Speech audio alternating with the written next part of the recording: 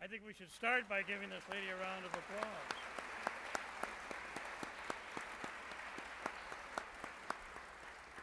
Thank you very much. Good evening to you all. I'm John Logie, the mayor of this city, and I'm distinctly pleased to be here tonight to open the program with a proclamation. But before I do, I think I should congratulate all of you on fighting your way into this beautiful auditorium this evening. Yes, indeed, it's all my fault. But if we don't use the warm weather to fix the roads, then I get yelled at for the potholes, so one way or another, I'm going to get yelled at. But congratulations on all of you, and I apologize sincerely for making your trip in here somewhat more difficult. But I am very pleased to issue an official proclamation this evening, and it reads as follows.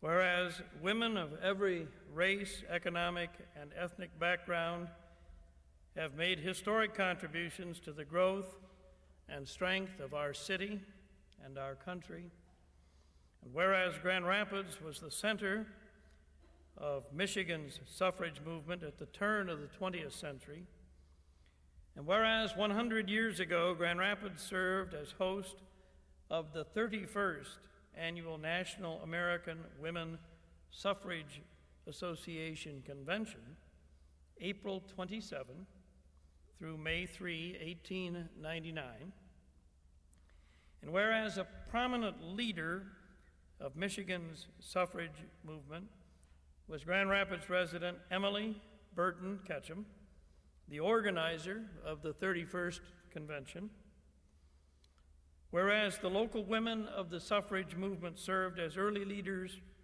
for peace and equality. Now, therefore, I, John H. Logie, mayor of the city of Grand Rapids, Michigan, do hereby recognize April 27, 1999, as the Suffrage Centennial celebration in Grand Rapids, and urge all citizens to join in commemorating the contributions of Grand Rapids resident Emily Burton Ketchum and the local women's suffrage movement. And I think it's very appropriate and very fitting that I offer this proclamation to the Ketchum family, who I think will all be introduced to you in person later. But if they'll all stand and if you'll give them a round of applause, I'm going to come down and give them this proclamation.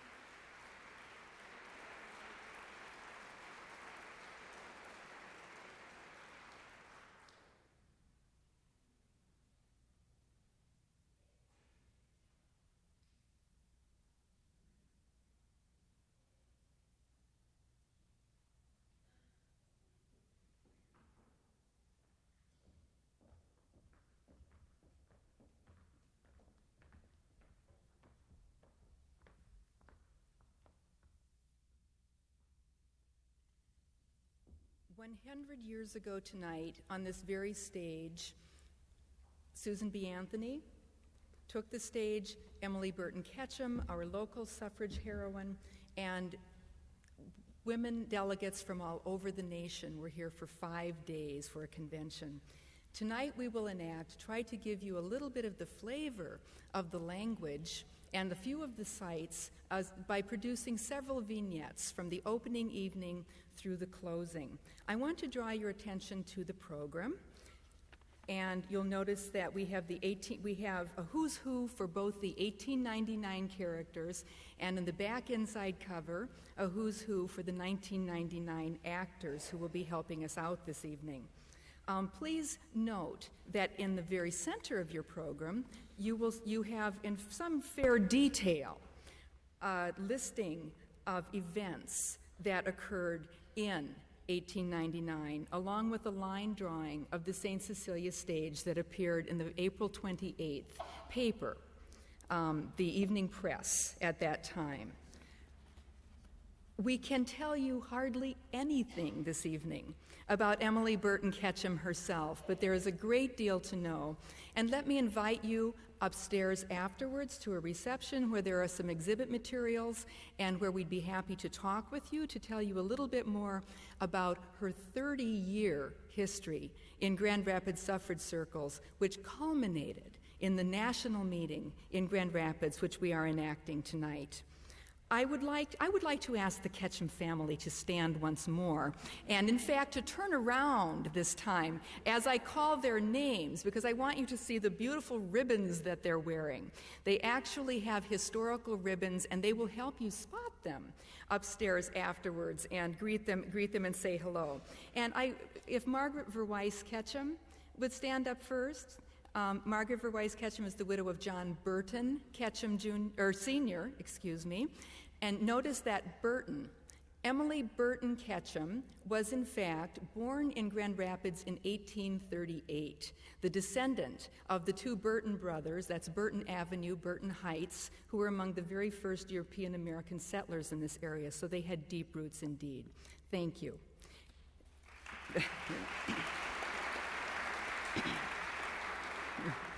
Then very quickly, Esther and Ron Visser and their daughter Susan.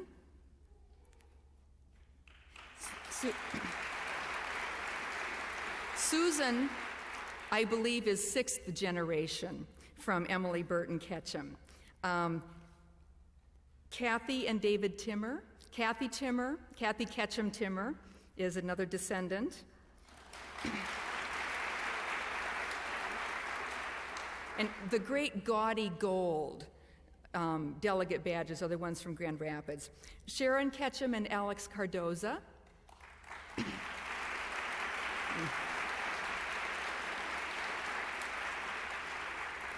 And these three sisters' brother, John Burton Ketchum Jr.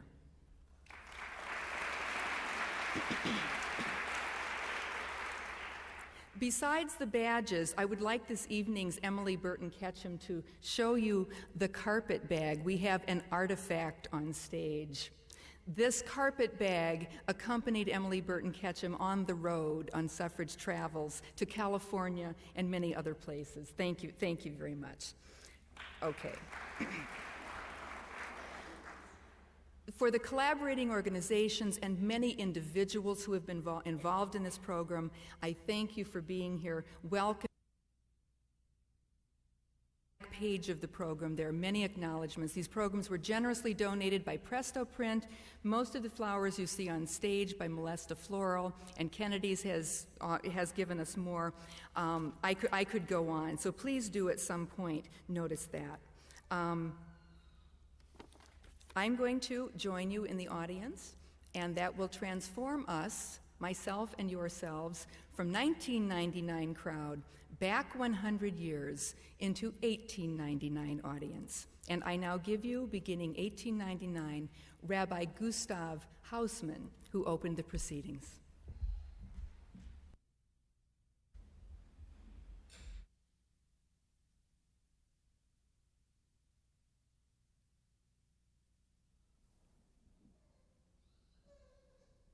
Yavarechecha Adonai va'ishmerecha.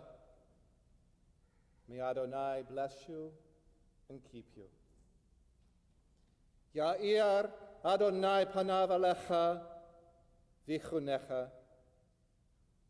May Adonai shine upon you and be gracious unto you. Yaseh Adonai panav alecha v'yasem lecha shalom v'chal. May Adonai grant you peace and a voice. Amen.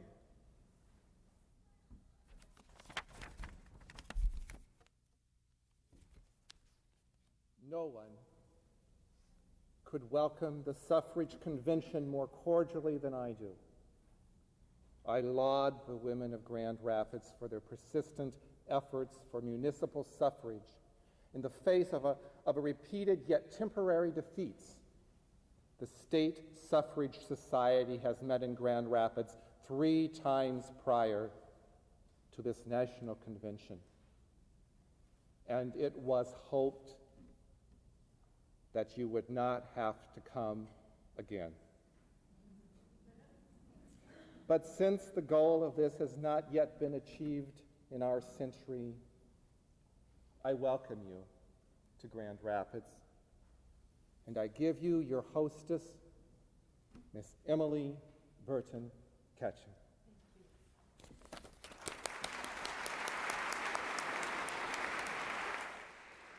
Welcome from our hearts, delegates, Miss Anthony, whom we delight to honor, and all strangers within our gates. Welcome to Grand Rapids, a city of hospitable people and beautiful homes, and to this building of the St. Cecilia Society, the only building of its kind in the world, a temple built by women for the cause of music, and which tonight is to be dedicated anew to the cause of women's suffrage. Mrs. Goss and the Grand Rapids Ladies Literary Club also extend greetings and the freedom of their clubhouse, with the hope that you will find flowers and tea refreshing after your long work sessions. The Ladies Literary Club is a part of the great effort of which the women's suffrage movement is the head. The principles of justice and equality are as deeply rooted in the daughters as in the sons of the Republic. We come of one origin, one blood, one country. Men and brothers, today, woman asks for an America without distinction of class, color, or sex. Liberty and equality for all. Government by all, for all. While we revel in Miss Anthony's fame, let us not forget that at first she was ridiculed by politicians and dismissed by the press. But let me tell you a story about her that you might not have heard. In 1893, while attending the World's Columbian Exposition in Chicago, Miss Anthony offended some clergymen by proclaiming that the fair ought to remain open on Sunday. That's right. When one of the churchmen asked if she would approve of her own sons attending Buffalo Bill's Wild West show on the Sabbath, she answered, "Of course I would." I did. In fact, I think he'd learn more there than from the sermons preached in some churches. Colonel Cody was so enthralled he invited Miss Anthony to his show, and a dozen of us went. And we had a wonderful time. Now, our hearts are filled with joy and pleasure to listen to our beloved leader.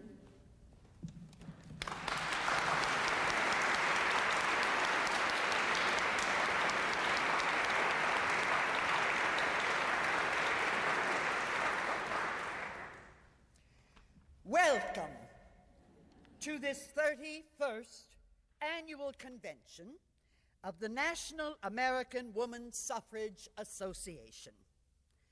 Our outlook this year is hopeful. The strength of the movement increases year by year. 50 years ago, when we began our labors, the position of woman was little better than that of a household slave. Sewing, teaching, and housekeeping were practically the only occupations open to women.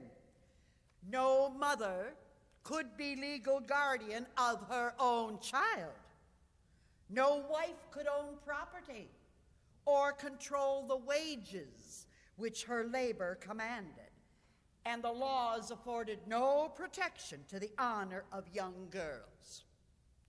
Today, 500 occupations are open to women.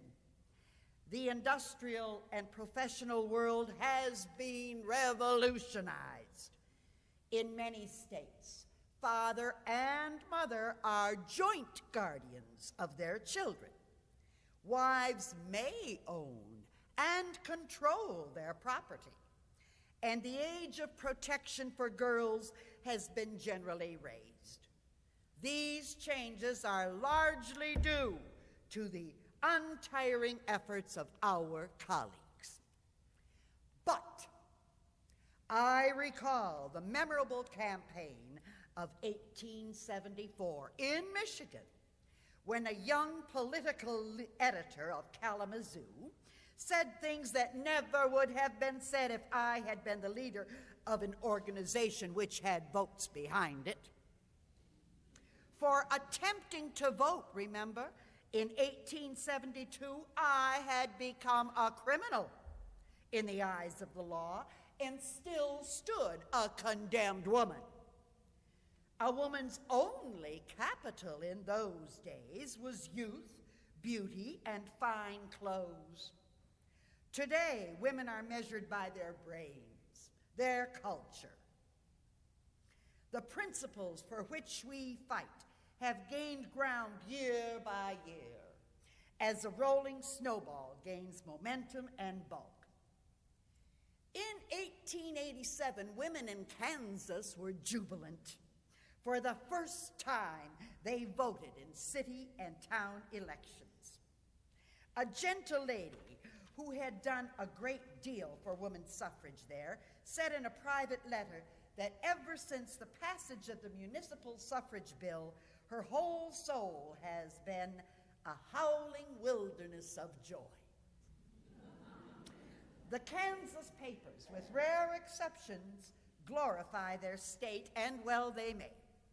Our delegates sport the color of the sunflower, symbol of Kansas, where women first got the right to vote in municipal elections. Woman's suffrage follows civilization as the sunflower on the western prairies follows the wheel track and the plow.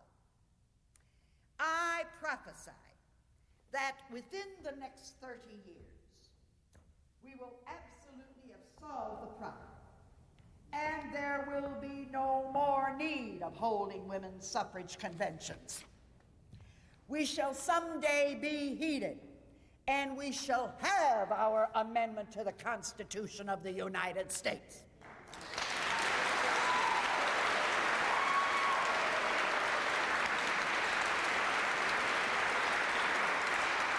And everybody will then think it was always so. Just exactly as many young people today believe that all the privileges, all the freedom, all the enjoyment which women now possesses always were hers. They have no idea of how every single inch of ground that she stands upon today has been gained by the hard work of a small handful of women of the past. Many are here tonight. One of them is good friend, Vice President at Large, and Michigan girl Anna Howard Shaw.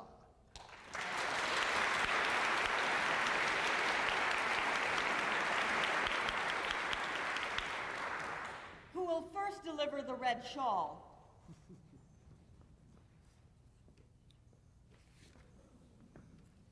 At last year's convention, Miss Anthony chose instead a white shawl. But even the cynical press corps in Washington missed the famous symbol and sent a note reading, "No red shawl, no report." Playing along, Aunt Susan said, "All right, boys, I'll send to the hotel." The shawl arrived and the reporters took up their pencils. While honoring the deep truths underlying our movement, Susan B. Anthony also respects the shawls of its service. Indeed I do. I visited Grand Rapids for the first time 35 years ago, and a local paper made the following mention of my visit. Miss Anna Shaw, a young girl about 17 years of age, preached in the Ashland Church last night. Her real friends deprecate the course she is taking. By staying on my course, I have been honored to work with such women as Miss Anthony, who can look in the face of men without tremor of civility and in the face of God without trace of fear. My early days in the backwoods of Michigan were spent sneaking away from my father and finding ways to preach. Woman is usually the silent partner in social life. She toils along with the man, but does not receive the same return for her labor. The man robs her of her just due. Not being a voter, I have never paid my taxes without feeling that the government was robbing me. But the discontent of women is a hopeful sign. I hope women continue discontented until the strife becomes so great that they gain the ballot of which they have been deprived by the application of ancient laws. Amen.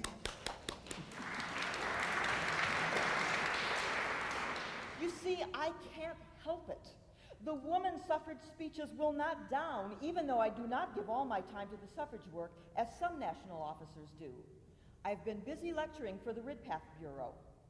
But all roads lead to Rome, and I find that whatever my subject, it is bound to drift in the equal suffrage channel. I talk suffrage to my audience, but they do not know it. They think just because I do not use the words vote and ballot, that I'm talking about something else. Relieved of their prejudices, they agree with all that I say. This is just what I expected them to do. My first parish was on Cape Cod. I needed a horse in my parochial work and decided to buy one. Like all Methodist ministers, I wanted a good one. Having heard that a farmer in the vicinity had a horse for sale, I went to see it. The farmer asked his wife to bring out the horse to show me. This the wife did. We hitched up the animal, and I was so delighted with it that I bought it, drove it home, put it in the shed, and cared for it until the man I had engaged could do it. When the man presented himself at the stall, the horse would not allow him to enter. I went out to see what the trouble was, and the horse allowed me to feed it. Finally, I consulted the original owner. He told me that for some unaccountable reason, the horse hated men. He presumed it had sometime been abused by one, and said his wife used to take most care of it on that account. But if for any reason he had to, he wore one of her skirts and sunbonnets. Upon my return home, I presented my coachman with a like livery, and after that we had no further trouble. Oh, good.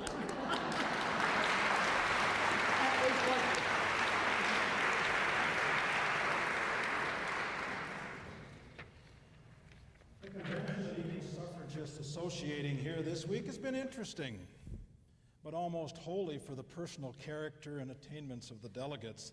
The cause they represent has gained no impulse of late except in small western states, where social experiments of any kind are welcome to people who have nothing to stir them up since the Indians were pacified. Women's suffrage and populism are, upon the whole, not quite so exciting as Indian massacres, but they serve the purpose of making life not quite so humdrum as it otherwise would be. So, Wyoming, Idaho, Utah, and Colorado, with a total population of less than 1 million people, have given equal suffrage to women. In some other states, there are certain elections in which women may vote, as in Kansas, where they have the ballot in municipal elections, and in Michigan, where they may vote for school trustees. But in other states where bills are regularly introduced to secure the suffrage, they are uniformly snowed under.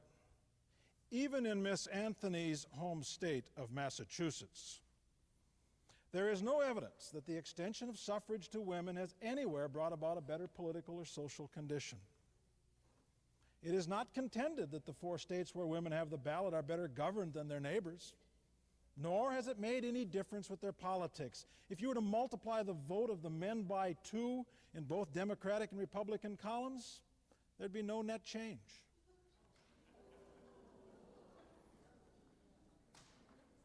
And the women suffragists no longer contend that the votes of women will purify elections or work other reforms. Universal suffrage, even for males over 21 years of age, has not been an unqualified success.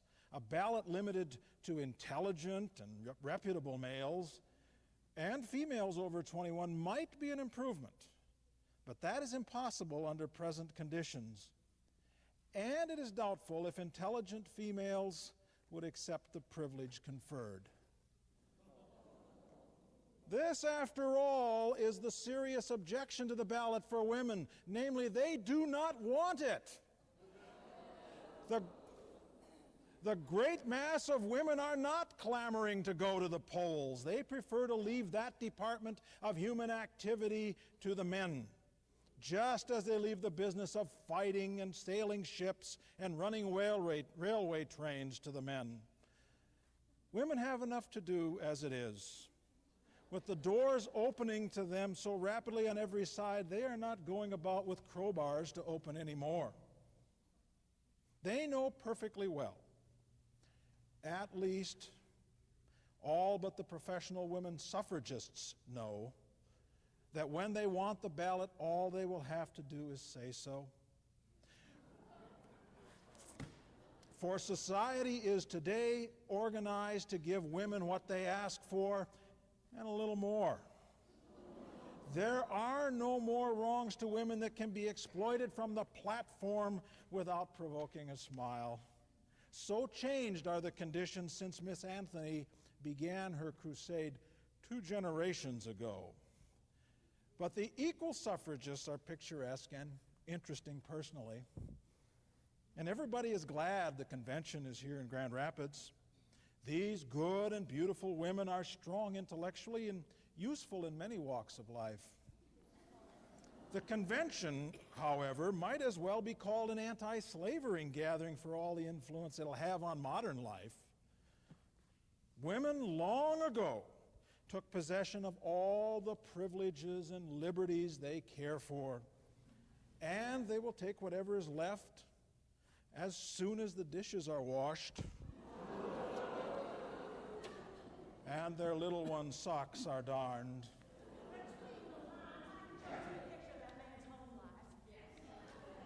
If he is married, his wife is little better than a slave. He probably makes her believe that she does not care for social concerns. Doesn't. And he's probably a miser who denies his wife decent clothes and feeds her on scant rations. No. I may be wrong. There are some good men who honestly oppose us. But women are curious, you know, and I would just like to know, to see how close I have guessed at that man's private character. The Women's Suffrage Association responds. An editorial in this morning's Herald makes several statements in regard to equal suffrage that are evidently based on a misapprehension of the facts. Contrary to his assertion, a statement has been published declaring that the effects of equal suffrage in Colorado are wholesome and that none of the predicted evils have followed.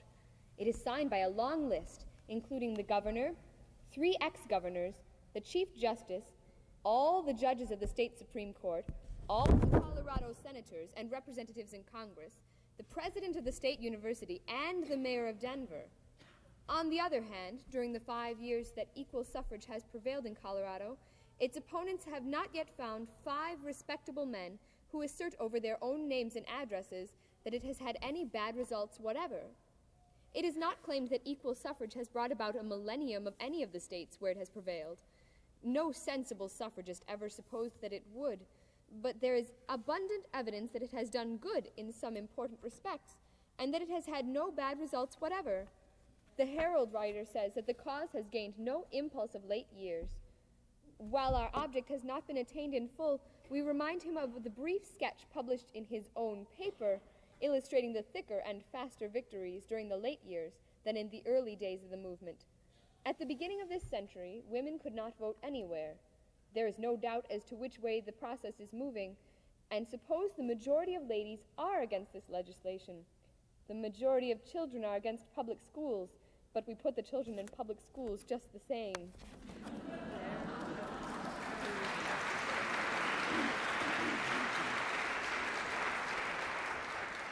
Let us work earnestly and remember the necessity to organize. I hope that idea rests like a nightmare on the ears of workers, and that you will hear the word organize, organize, organize until the necessity no more exists. The statement is made that men are ready to grant women the ballot if they will but ask for it. The question arises, how are they going to demand it? They certainly cannot.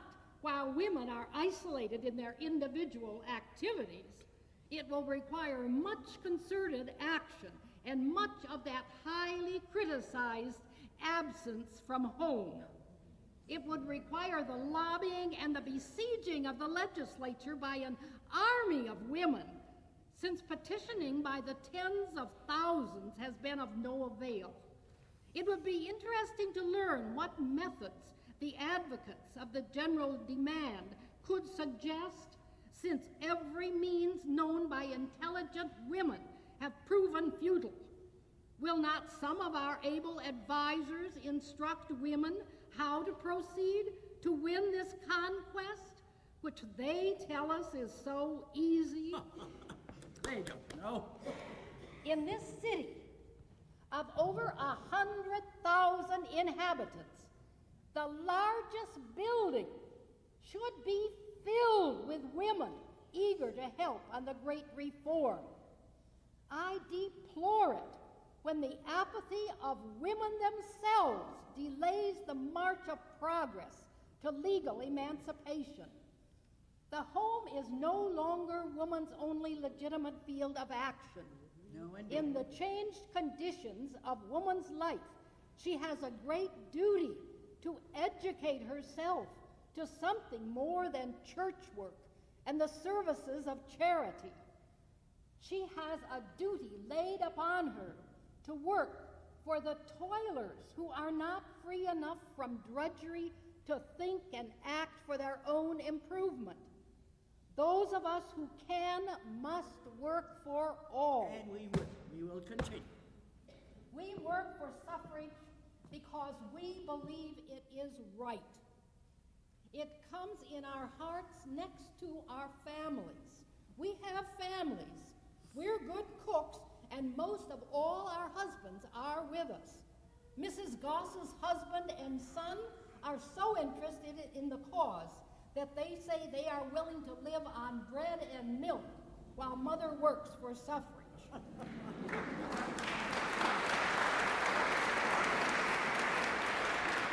When we get together, we have business-like times. We compare notes, we see what each other has been doing and lay plans to capture votes. We have threatened, where no one can hear us, you know, to get a Gatling gun, put it up in the gallery in Lansing, and send a ball through every member who votes against our bill.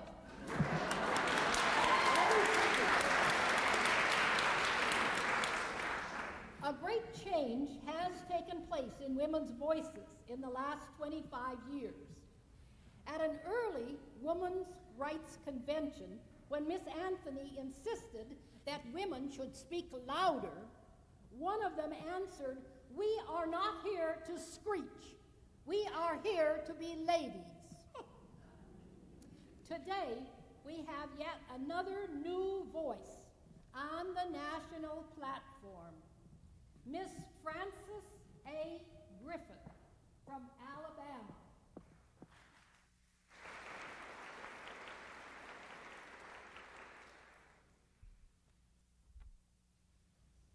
Years ago, while waiting to cross a street which was blocked with carriages, someone suggested that I go upstairs and listen to a woman who was speaking.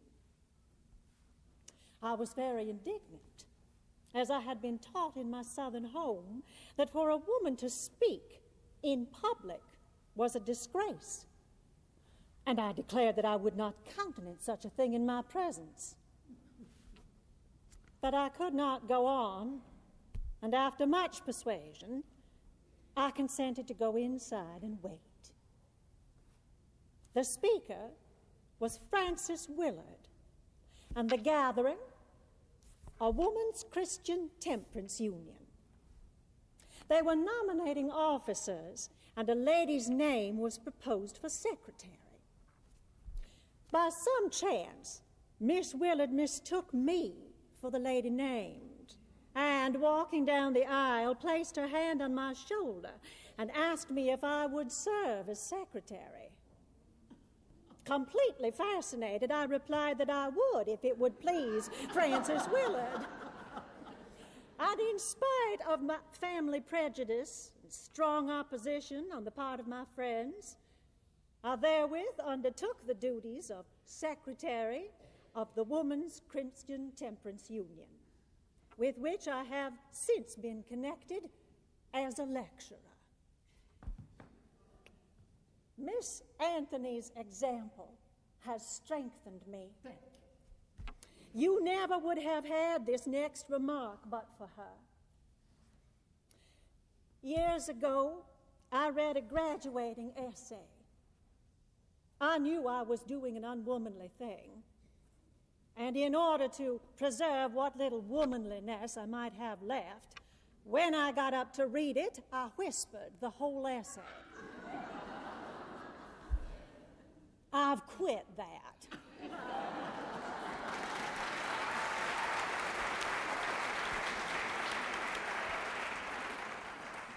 Since I made up my mind to be heard, I have been heard. When women have their minds made up to vote, it will be with them as it was with me about being heard.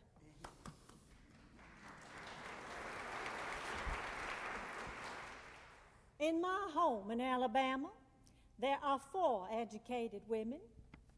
My father has passed away. My sisters are widows, and I am an old maid. We have as our gardener a Negro, 23 years old. When he came to us, he said that he had been in the second reader for 10 years, but on election day, he goes over and votes to represent our family. If we complain of having no vote on the expenditure of our tax money, we are told we must influence men. In other words, we must influence that gardener. But when we start to do so and ask him how he means to vote, he says he doesn't know yet because he hasn't seen Uncle Peter, the colored minister. We have little chance to influence. I know 2 young women, sisters, who own farms. Both are married, and both were sensible enough to have their farms secured to themselves and to their children. In one case, at least, it proved a wise precaution. One of these young women asked the other, when she went to town, to pay a few bills for her and settle for her taxes. As she handed in the papers, she noticed written at the bottom of the bill, poll tax, $1. She exclaimed, "Oh, when did Mrs. A become a voter? I'm so glad that you have granted suffrage to women." "Oh, she hasn't and we haven't," said the young man with a smile. "That is her husband's poll tax." "And why is she required to pay her husband's poll tax?" "It is the custom," he said. "Then you will change the custom this time. I will see the tax collector dead and very cold before I will pay Mr. A's poll tax out of my sister's property in order that he may vote while she is not allowed to do so." It seems to me that these Southern women are in a state of chronic rebellion. We are. And we will keep asking men to support a constitutional amendment providing equal suffrage, making use of the poet's epitaph. When asked for his views on the future state of existence, the poet said, "Here be I, Michael Anglrod. Have mercy on my soul, Lord God, as I would do were I, Lord God, and you were Michael Anglrod." We will keep asking them to make suitable application of the prayer of the epitaph to consider the future state of women's existence. Oh, here. Well,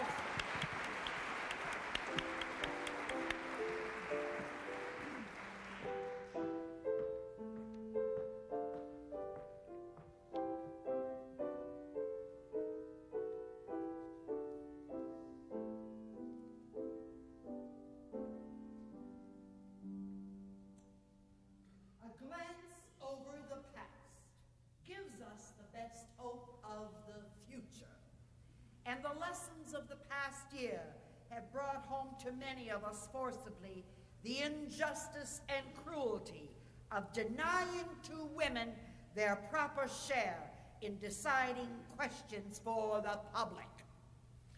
We have seen the Republic plunged into a war in which women have borne a heavy share of the burdens.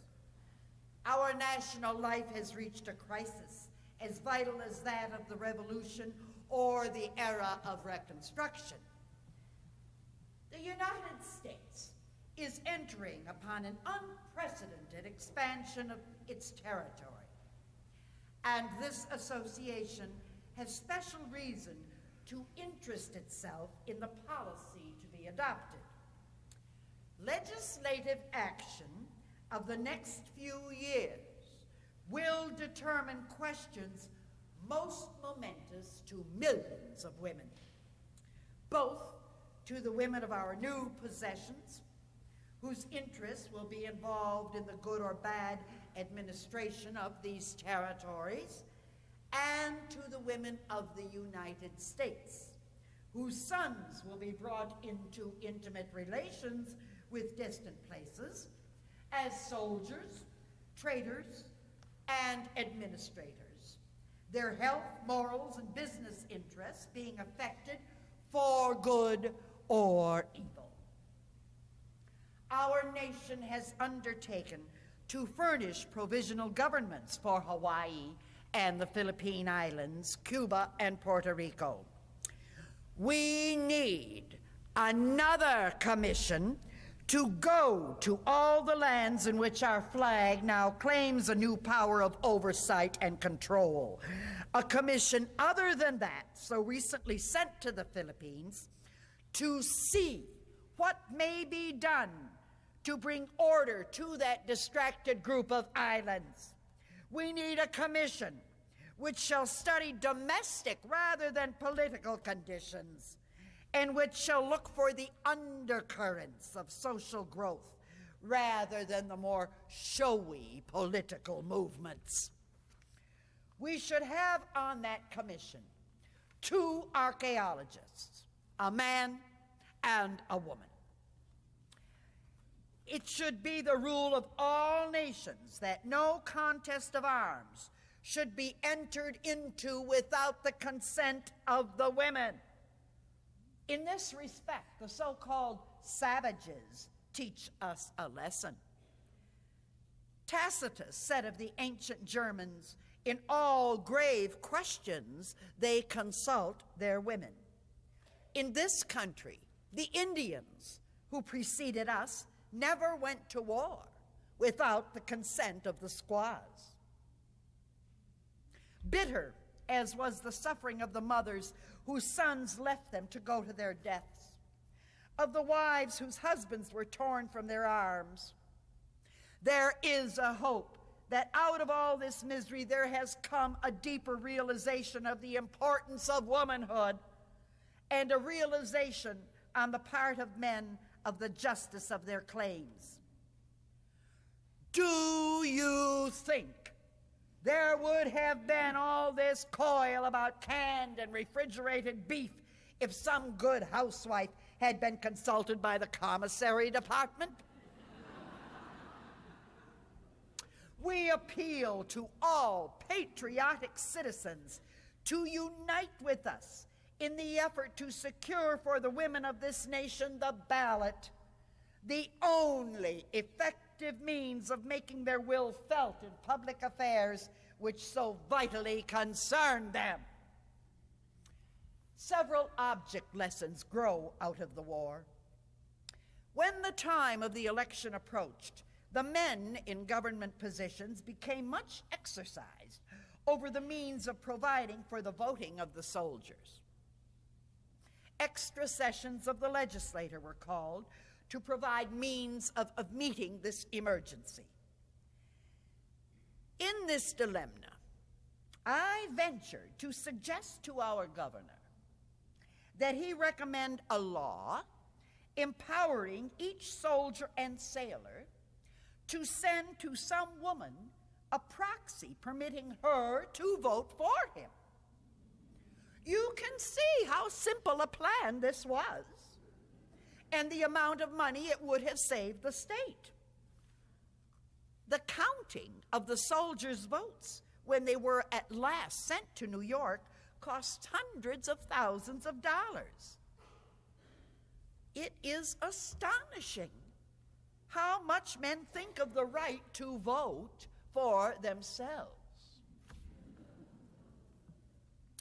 The great hope of the future is in the girls who are growing up under the new conditions. But even we can rise to express most hearty approval that on May 15 next, women's meetings will be held all over the civilized world, and the resolutions will be forwarded to the Peace Conference at The Hague. Women all over our own broad country will unite in sending to the International Congress for Disarmament of Nations the voice of women in favor of peace. Please join me in giving that sentiment the Chautauqua salute.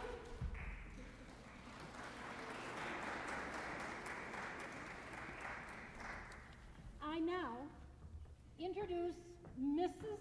Lottie Wilson Jackson, the only delegate to the Women's Suffrage Convention who is a member of the colored race.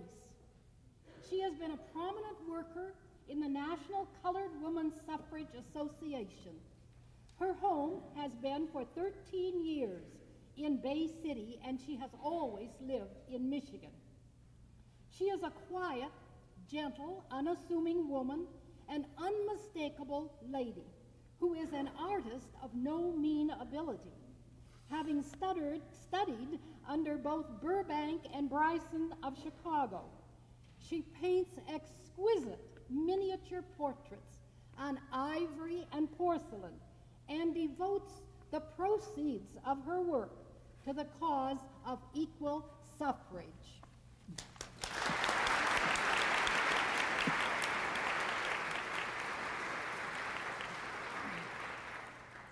Thank you. Good women artists there are, have been, and will be Negro and white.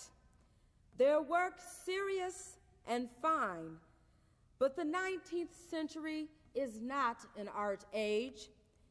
It is the age of science, invention, of interpretation, of reconsideration.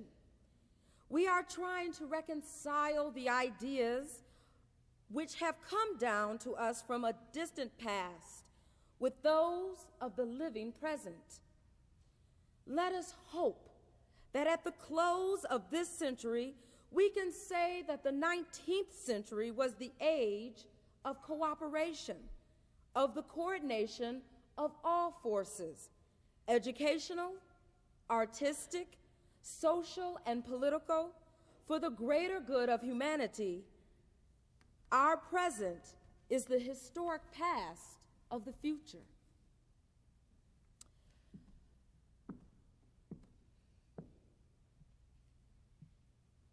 Today, I note the absence of our great leader, Mary Church Terrell, whose address last year was one of the finest delivered at the convention. A graduate of Fisk University, Mrs. Terrell is a woman of broad culture and extensive travel, and an earnest worker for the advancement of our race. She feels that constant and persistent effort is needed to continue the work in which, though much progress has been made, there is still so much to do. A member of the school board in Washington, D.C., she is bending all her energies towards securing free kindergarten systems for colored children. She feels that the question still is, shall the colored people be accorded the rights, privileges, and protections due all American citizens? We knock at the door of justice and ask for only an equal chance. Must be said.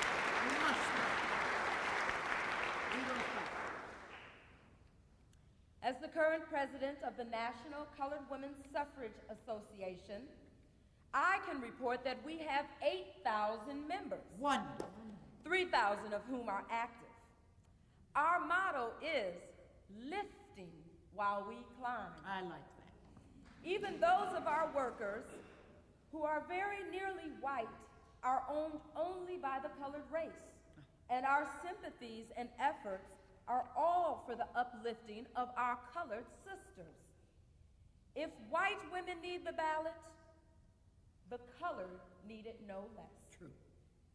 And cultured and representative colored women of the North are prevented from attending the national sessions that are held in the South because of the insults to which we are subjected when traveling, from being compelled to ride in smoking cars, where we are subjected to insults from both Negro and white men. Miss Anthony herself admits that white women cannot go south and work among colored women, educating and helping them without losing prestige with southern white women. Exactly. It's such a ridiculous shame. It is therefore the more necessary that the conditions which prevent cultured and refined women of the North from going south be in some way ameliorated. I submit a resolution that colored women ought not be compelled to ride in smoking cars and that suitable accommodations should be provided for them. This should never be passed until someone has come forward with facts to prove that the colored women are not allowed to sit with the white women in the cars. The servant girls who travel with me have no problems. The war is over. It is not a time for abolition to be fought all over again, and I do not care to have the resolution passed, as it will create a feeling of bitterness between the Northern and Southern women. The North and South should be one in sentiment and in fact. There has never been a time when the Negro woman has been disloyal to the American state. We have given our men to it, and we have even taken up arms for it ourselves. True.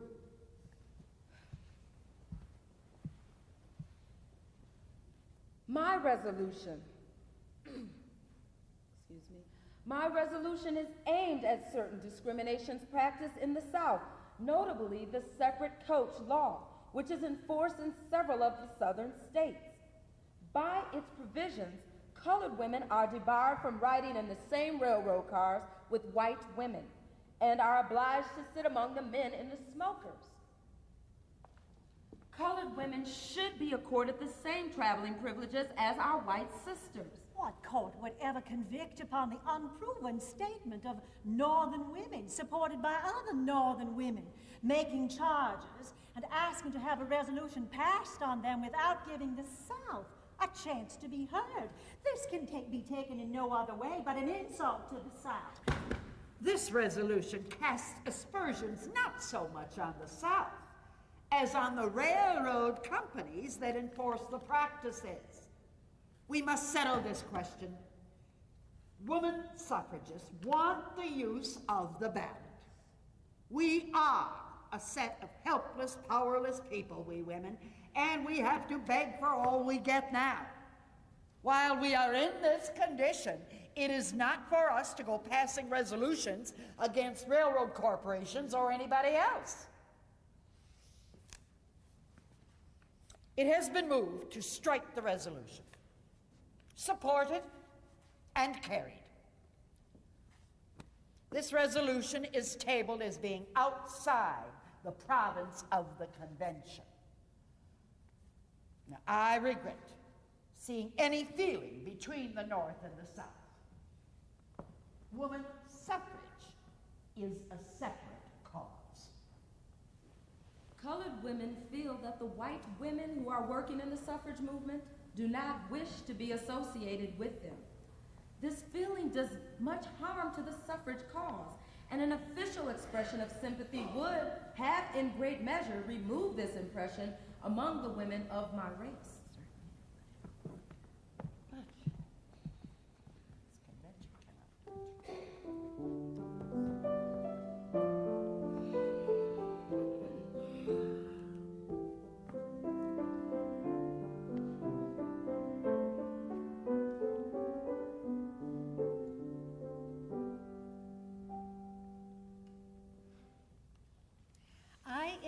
extend a special invitation to the gentlemen to be present at all sessions.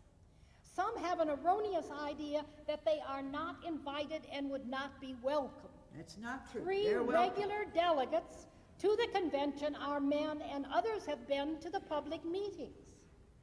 Grand Rapids, Delos Blodgett is a longtime faithful supporter, as are Smith G. Ketchum and Dwight Goss.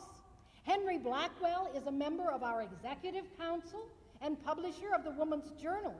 Mr. Blackwell is probably the only man in the world who has given his life to the cause of equal suffrage. Good man. We want the word male taken right square out of the talk about suffrage. We do not want the men to be thrown out. Only just the offending word that stands between us and the ballot. And I hope men will not remain away from church tonight because they had not been invited. There will be a shower, a cyclone of women preachers. The local pastors have been eager to secure us for their services, and a goodly number have responded, so that all might have an opportunity to listen. Let's hope that they're there. God, our Father, our Mother, and our friend, be with us as we talk about character building using your text, "Only be thou strong and very courageous." Since the time when a girl of 12 I first saw Grand Rapids, many changes have come about. It was then a cluster of rudely constructed wooden buildings, and today I find in its place a city of luxuriant homes. Another change has also transpired besides that material one, and that is the change in the minds of the people. Where once you were narrow and bigoted, I now find you broad and generous. So generous as to accept us into your homes and offer us into your spiritual homes. But more than that, you've taken us and welcomed our theories and thoughts. But you have not thus progressed alone. The whole world is keeping pace with you. There is today a different conception of life than during preceding centuries. Men and women are beginning to realize the difference between mere life and real living. No man or woman can make a sacrifice for principle without himself being the gainer for it in a richer, higher life. No man or woman can follow truth and be in any sense the loser thereby. The one thing in life absolutely supreme is character, and the difference between one character and another lies in the foundation upon which it is built. Furthermore, it is for us to choose largely what shall be the foundation upon which we shall build for all eternity. There are no limitations or conditions upon which can be held altogether responsible for our character. Much is due to heredity and environment, I admit. But men are more or less responsible for environment and conditions of life. Yet every man has within himself the power to overcome all the adverse conditions and surroundings which may hold him down. Your destiny is also in your own hands. We can make our destiny largely what we choose. No one can grow larger without growing pains. This is as true of the soul as it is of the body. All perfected souls are souls that have been made so by suffering. We can never stand out in full magnificence of character unless that character has been tested in the scorching fires of bitter experience. If there is one word in all the English vocabulary which I hate, it is the word chivalry, with which men seek to defraud woman of her rights to care and responsibility. There is no excuse for women not accepting cares and responsibilities. In justice, she ought to have them in equal share with men. When, for chivalry's sake, man takes them from her, he usurps her rights. He usurps justice itself. Responsibility is the only thing that can bring woman to her highest development.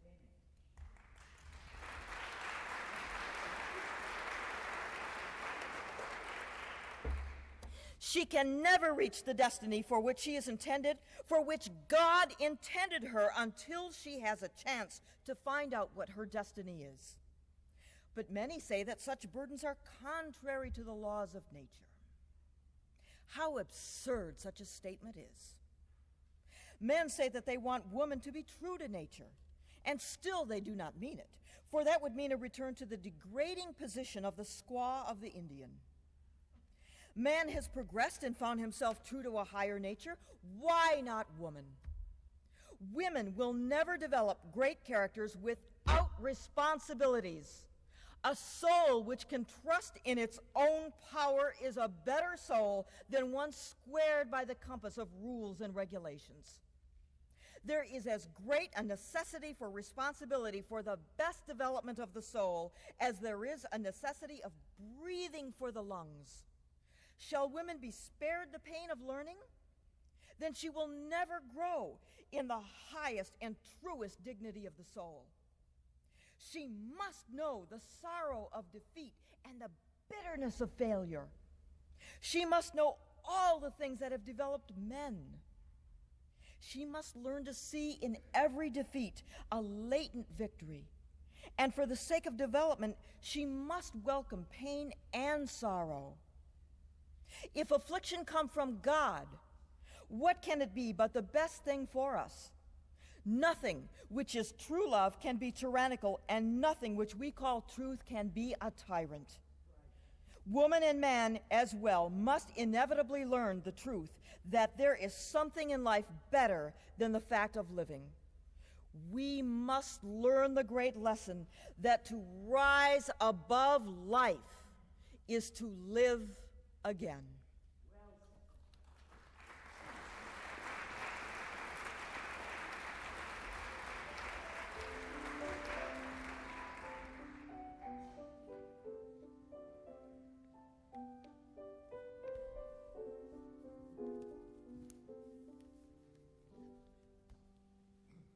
At this convention's end, let me note that Mrs.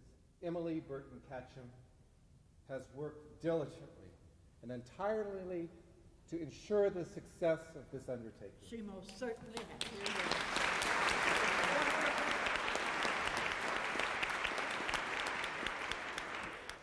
She not only succeeded, but the residents of this city are indebted to her for having brought here a convention that will linger long in the memory of many persons as a most interesting occasion. I am pleased to announce that Miss Susan B. Anthony will personally linger through Friday evening when she will address Temple Emmanuel. I'm looking forward to it. I extend a general invitation to all who wish to attend.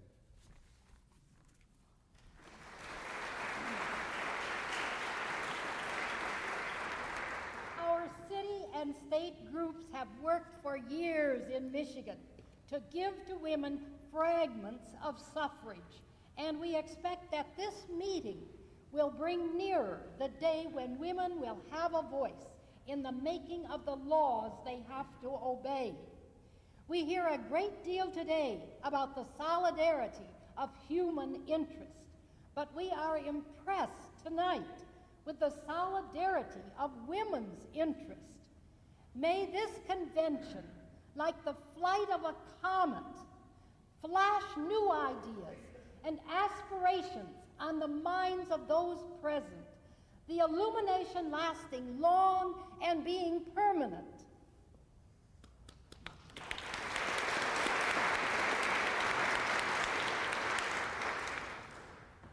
For the National American Women's Suffrage Association and its assembled delegates, I extend sincere appreciation to the Grand Rapids ladies who have entertained us. Not only has Grand Rapids thrown open its homes, Miss Anthony has been stopping with Mrs. John W. Blodgett since Saturday and has been, as she expresses it, in clover. Oh, it's a lovely poem. Lovely. But the city has been even more generously hospitable by respecting the views and beliefs of its delegates, even though they differ materially from those of many residents. We are appreciative of the courtesies received from every quarter, including the streetcar conductors, but to the Board of Trade belongs the honor of having outrivaled all the other kind hosts in the extent of their hospitality. They presented the exquisite programs and sent carriages to take the entire working convention for a drive throughout the city, then to a large furniture warehouse and to the carpet sweeper factory, where Mrs. Bissell saw us off with handsome souvenirs. Delightful little pins, little carpet sweeper pins. The ladies of the Ladies Literary Club and St. Cecilia were kindness itself. It was largely through the efforts of your Emily Burton Ketchum that Grand Rapids has so graciously entertained us. Her good cheer has been contagious, and the suffrage movement never had a truer or better friend, nor a more sincerely devoted member who was more unselfish in her work for the great cause.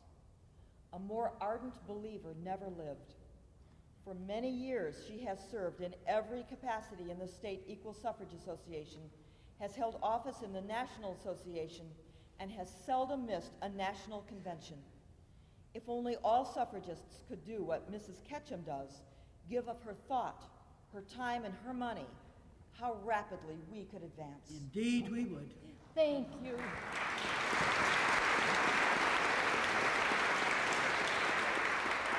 My Grand Rapids is now noted for its furniture factories. After equal suffrage is granted, it will supply plenty of material for the President's cabinet. You're here. At century's end, we women must still be up and doing and fit ourselves for every emergency. We must carefully prepare ourselves for the place we wish to hold in this world. I shall not be here to see it, but the 20th century will see as great a change in the position and progress of woman as has been accomplished in this century. I am filled with sadness at the passing of the 19th century. I feel as if I had buried my dearest friend, but then this new century will be just as good. We old fighters have prepared the way, and it is easier than it was 50 years ago when I first got into the harness. The young blood, fresh with enthusiasm and with all the enlightenment of the 20th century, must carry on the work. Will Miss Minerva C. Welch, delegate from Colorado, come forward?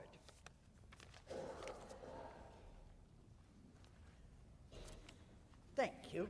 Look at this free woman, a woman from a free state.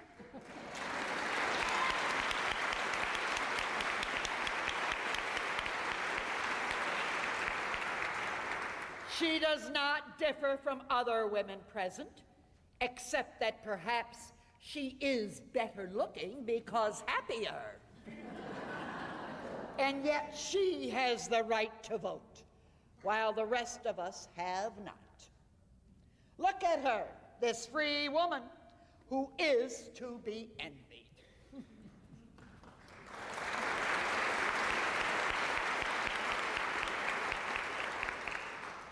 When I think of how many years the suffragists have struggled for a right that I possess, but have done so little to obtain, I feel like falling upon my knees and giving thanks that I am a free woman of a free state.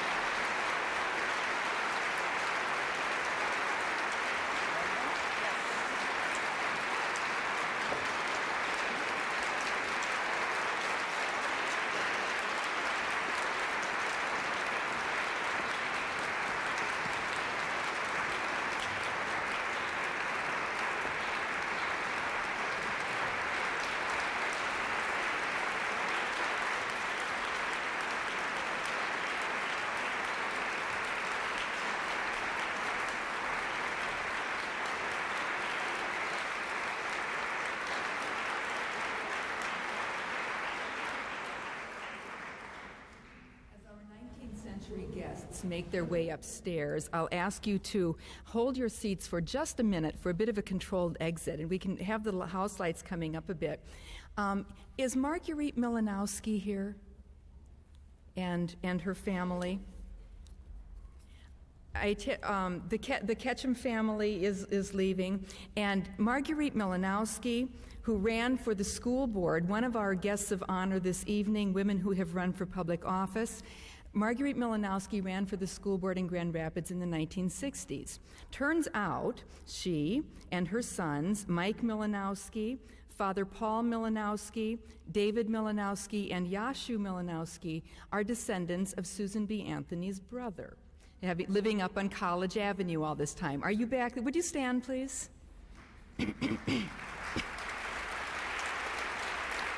Oh, there they are, in the center. Thank you.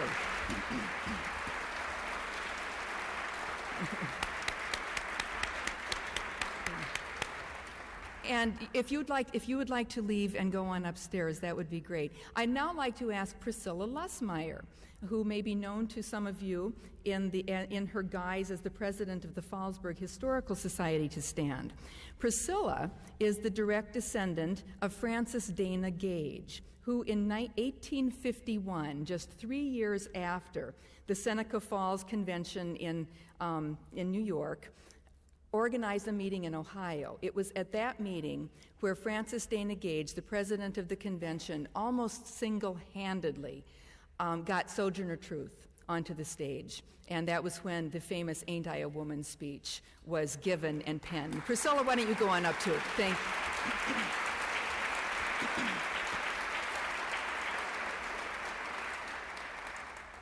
And last, I'd like to ask the 30 or so women who are our special guests tonight, and you'll recognize them in part because they have on name tags and the gold ribbons for Kansas, the suffrage state. Would you please stand, please? And we will be introducing them upstairs. But right now,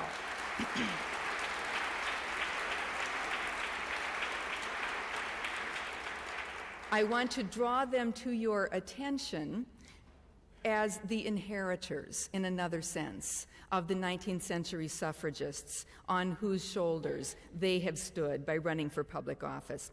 And perhaps if you and your guests would head on up, then we'll let you be up there and have our other guests seek you out. We'll give you just a minute. I would like to mention that if some of the language seemed overly familiar this evening, and you were tempted to think, boy, did we play with it, you'd be wrong. We tinkered a little bit, of course, but virtually every word you heard tonight was spoken 100 years ago in Grand Rapids.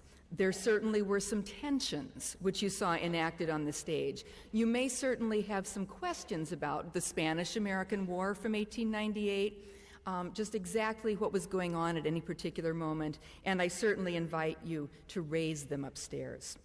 There are other exhibit materials which I mentioned before. Sandra Wright, former city clerk of the city of Grand Rapids, has been working on a research project, and you will see along the mirrored wall lists of women from the 1998 elections back into I believe it only goes back to the 1950s at this point, women who have run for elective office. Please notice how many years at that point read, "No women ran," and how different it is today. But of course, it's not as good as it needs to be yet. We will also want to draw to your attention upstairs the generosity of St. Cecilia and the other sponsoring organizations. Please go up and let's continue the party just a short while longer. Thank you.